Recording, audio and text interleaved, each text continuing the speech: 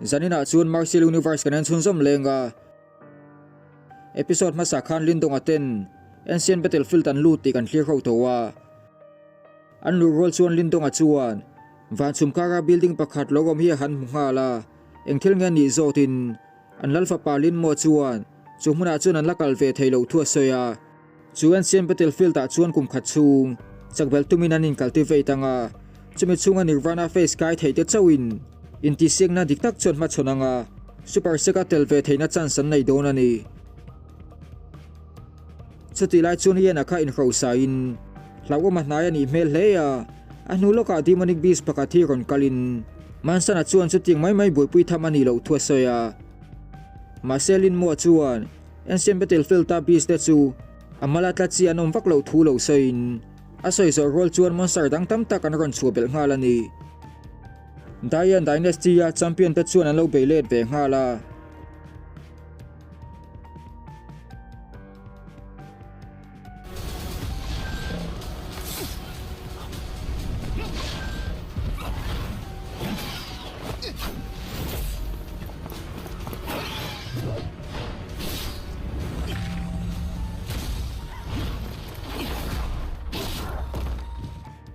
demonic beast tam tak an he the wang chuan mansana po chu hlim hleya chu mai baka chung beast te chuan an taksa nirvana pills pakat khewan lo pai veka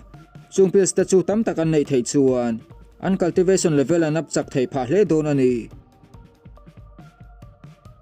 molinga chuan thilo sai fia lein ancient battlefield ta chuan chuna yen energy chu chak hleya ama ai nan chak pha hle don ani ma se zan lama chuan opposite chian ni thunga an puar cho ma zongaya chaklo don baka evil energy mang demonic beast te chu zanlama ma zongai nan ron chakve thung dona manifestation face level sang takai to te tan po zana chuan monster te be chu how tak hle dona wangin nitlak ma in riana turan son mufa tangai dona ni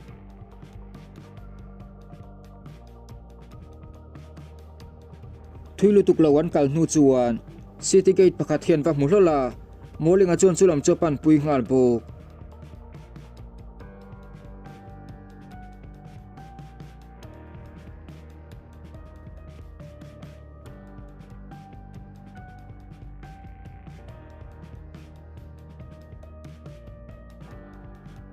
an van nai deuh nu chuan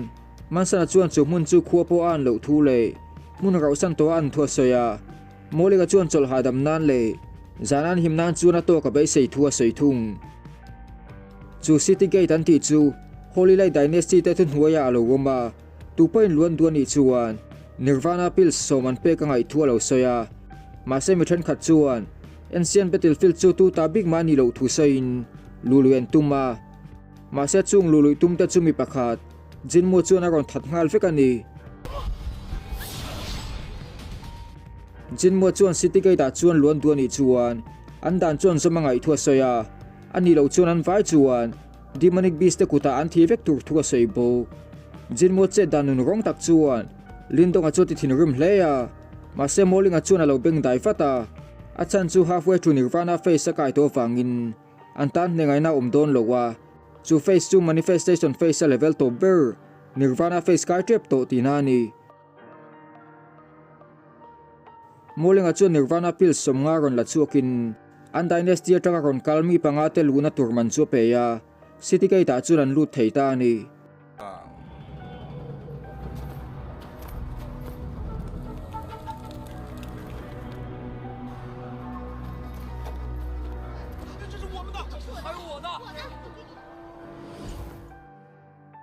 Kuaron Tim Trantia an energy ron chaklo vek chon feel thei ngala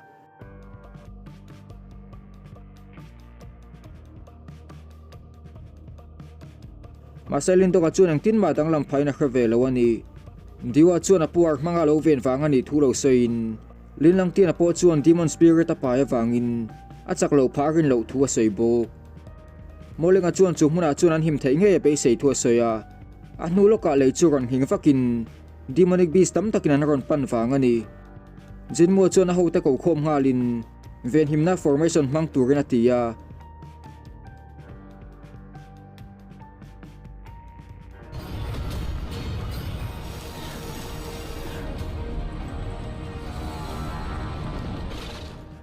an formation man chuan monster te chu a tha theilo wangin mun dang khang khang atangin monster then khat chu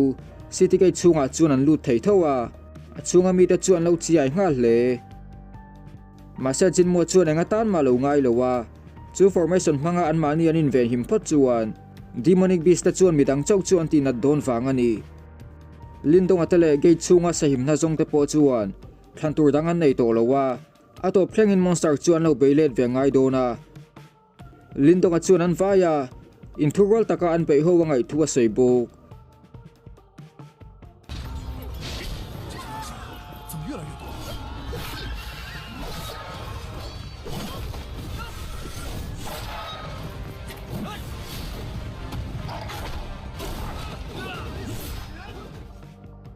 anin beina chuan lindong chuan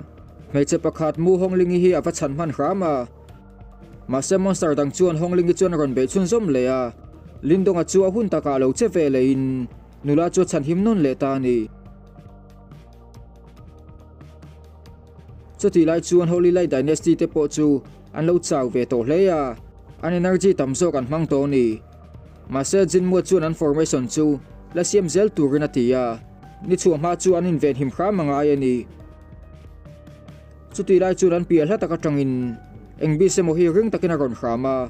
chu vele city gate pe tu bis te chu tlan let ngalin jin mo chuan an let thut chan chu ka thiam lo hleya tuna tan chuan an him tar yani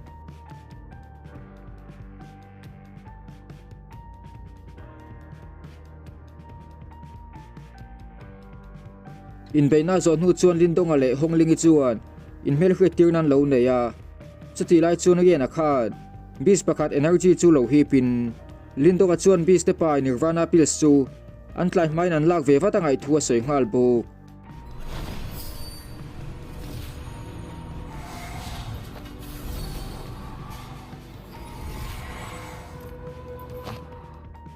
chuti lai chuan holy light dynasty te khan ron kal leya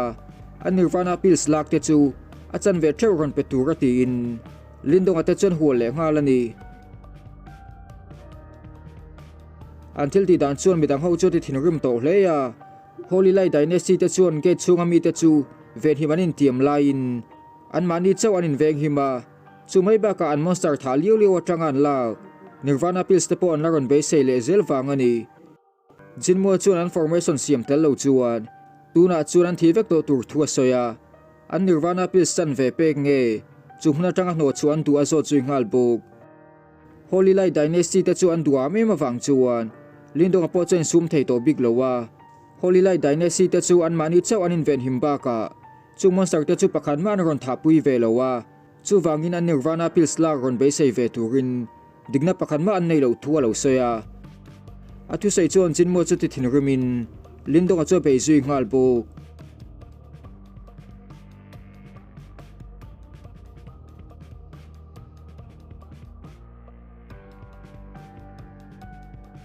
masian in sual tak ma chuan jinmua hote zinga pakhat chu man mo takin ron tlana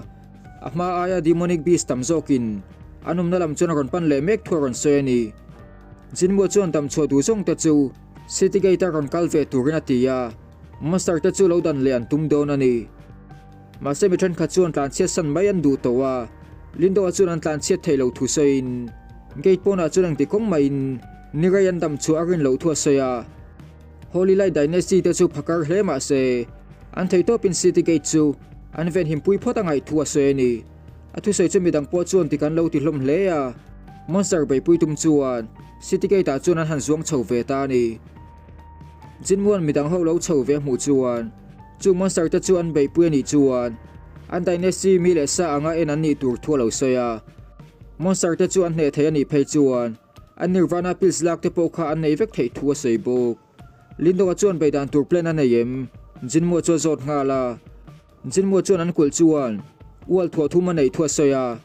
ma se mi anin dai lo wangin wal hun hung ber chau an ven thin thu sein lindong ale midang ho chu gate ma saber lo va veng tur na tia adang chu ma le ho ten an lo ven tur thua sei buk lindong chuan a thu sei chu poma ma se jinmo ho te then khatin an ron zui ve ngai tur thua soya jinmo po chuan ho te then khat chu avatir phei ve ta ni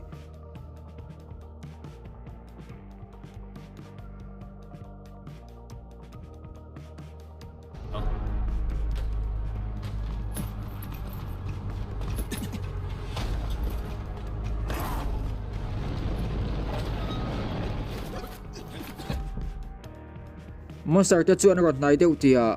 an technique thiam khang khang mang chuan an lo beya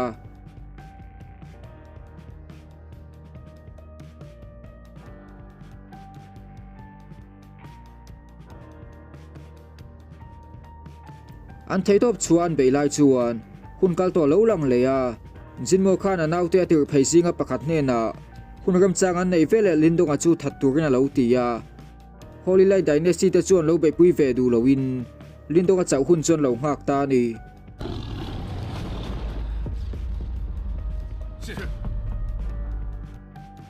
lindonga le a thian te chuan an thei to pin bi sang tel chuan lo dang le ta ma se an be rei deuh hnu chuan an chau ve to in an energy pot lem ve to hle ya bis te chuan tang rei thei to don lo ani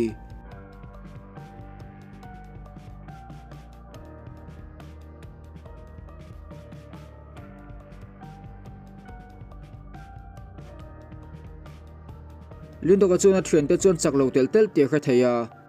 chuti lai chuan Holy Light Dynasty te chu an mani chau nan lo inveng him le thung ani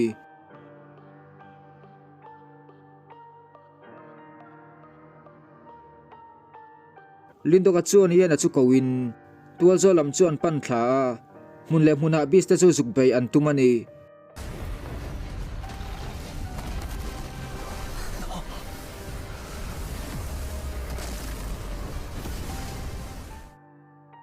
an thil ti chu hlokin monster tam tak zuk that ngal thei ma se monster te chuan an ron be chun zom zel thowa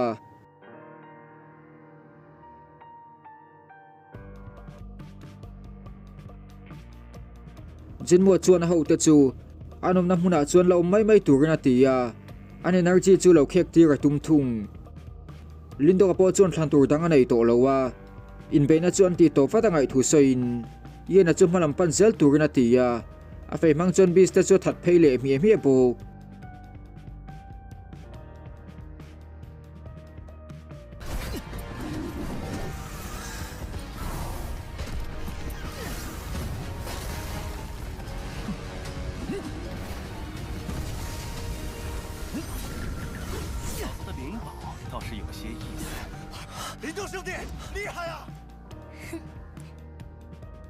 demonic beast te an thideu vek to tia diwa chuan energy chak taka feel thei thua soya anom na bulloka chuan a om to ni a hnulok an chung zona chuan demonic beast lian tak hi ron thloka energy pressure ringot po lindonga le midang ho chuan chakan lo ti hleya an do zo lo trap ani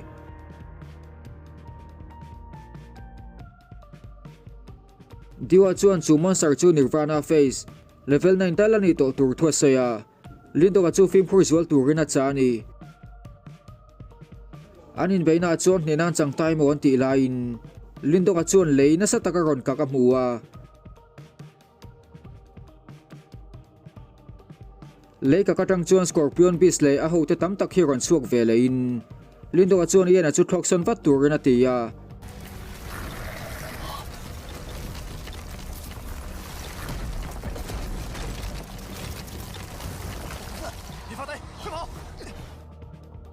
chu monster te chu banga po olsam takan tlan lon the wangin lindonga chuan midang te hena chuan second wall laman pan fatangai thua soya an let le mek lai chuan zia hua le a ho te pahni chuan lindonga chuan ron be thuta lindonga chuan engwanga bi se kha be pui ve lo nge an ni lo zotin zia hua chuan a zona chang lo chuan an ho tu pa chin mu a za lo mana a fei chu ron peturin lindonga chu tia ti chuan a chung thuan ngai tu tur thua seibo molinga le midang ho na lo mu chuan lindonga chu han pui ven tuma ma se lindonga chuan lo dangin chungmi ta chu olsam taka hne thei thua lo soya city wall pahni na ven him chu lo va bui pui le zok turin a tiani midang ho chuan bi steva be tur chuan an let san zui ngala zia hua te chuan lindonga chuan lo be ve ngal po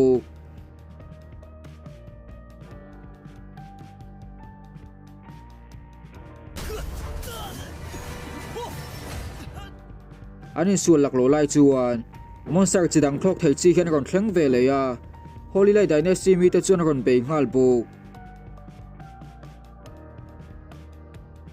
lindonga po chuan chung bis te ron be na chu a thei to pin a lo dang let ve ya bis thlok thei te chuan a thlen te po an be ve tran ti va mu thein มันหมอตะกินนัดเทรนเตปุยตุ้มจูนัดโลกเล็ดเวเลย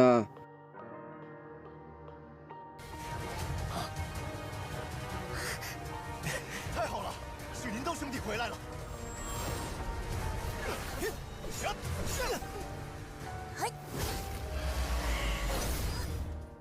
ลินโดกันเหลาเล่ดันเหลาหมู่จวนมีดังเฮาจนเหลาลิมเลียมาเซวัลปันหินาเทงโดนเจียตียเสียหัวข้านรอนพายน์อาเทคนิคจักรเบอร์มังกรเบลเลตุมาเซเบมาเจียจวนสกอร์ปิออนบิสลลเฮียนอันหุ่งละมาจังอินารอนวิตลังทุตาอาทิลหมู่จวนลินโดกันจวดทองเลนี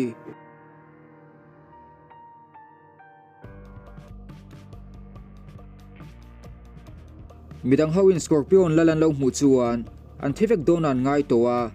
อาจารย์จูบิสลลจวน halfway to manifestation phase สกายตัวฟังอันนี้มาเซมันสนัดจวนมีดังเฮาจวนเราเบ่งได้อันดิมอนเบลไลเจ้าจูไงตัวพัดตูรินนัติโบจุดที่ไลจวนสกอร์ปิออนลัลเล่ลินโดกันจวนเราอินมาชนะจูบิสจวดสักเอ็มมาฟังอินลินโดกันตันโปจวนเนฮาร์ดอนเลียที่ไงน่ะดังอาเขียดไม่โลฟังอินลินโดกันจวนสปิริตวลพัพเพตจวนสามนามาเซสกอร์ปิออนจูไว้ขัดเจ้าอาจุกเน็กมันตียจูมุนาอีวิลเอเนอร์จีตั้มตักจูอาพัพเพตจวนฮิบลัวฟังอินลินโดกันจวนคอนโทรลเจ้าเราหาละ